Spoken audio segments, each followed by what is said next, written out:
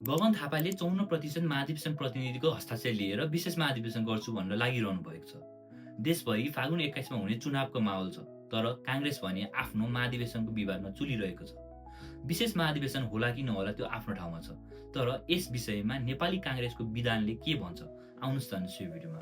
नेपाली काङ्ग्रेसको विधानको दफा 17 को उपदफा 1 मा पार्टीको केन्द्रीय महाधिवेशनको कुरा उल्लेख गरेको छ, जसमा पार्टीको केन्द्रीय महाधिवेशन पार्टीको केन्द्रीय कार्य समितिले तोकेको समय र स्थानमा प्रत्येक 4-4 वर्षमा हुने भनेर उल्लेख गरेको छ।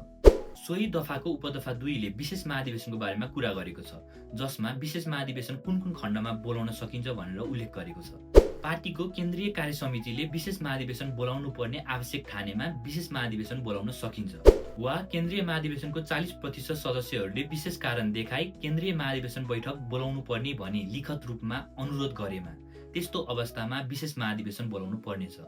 त्यसरी निवेदन बुझाएको मितिबाट 3 महिनाभित्र पार्टीको विशेष केन्द्रीय महाधिवेशन बोलाउनु पर्नेछ। कि काङ्ग्रेसको इतिहासमा दोस्रो पटक विशेष महाधिवेशन होला त? हजुरहरूलाई के लाग्छ कमेन्ट गर्नुहोस्।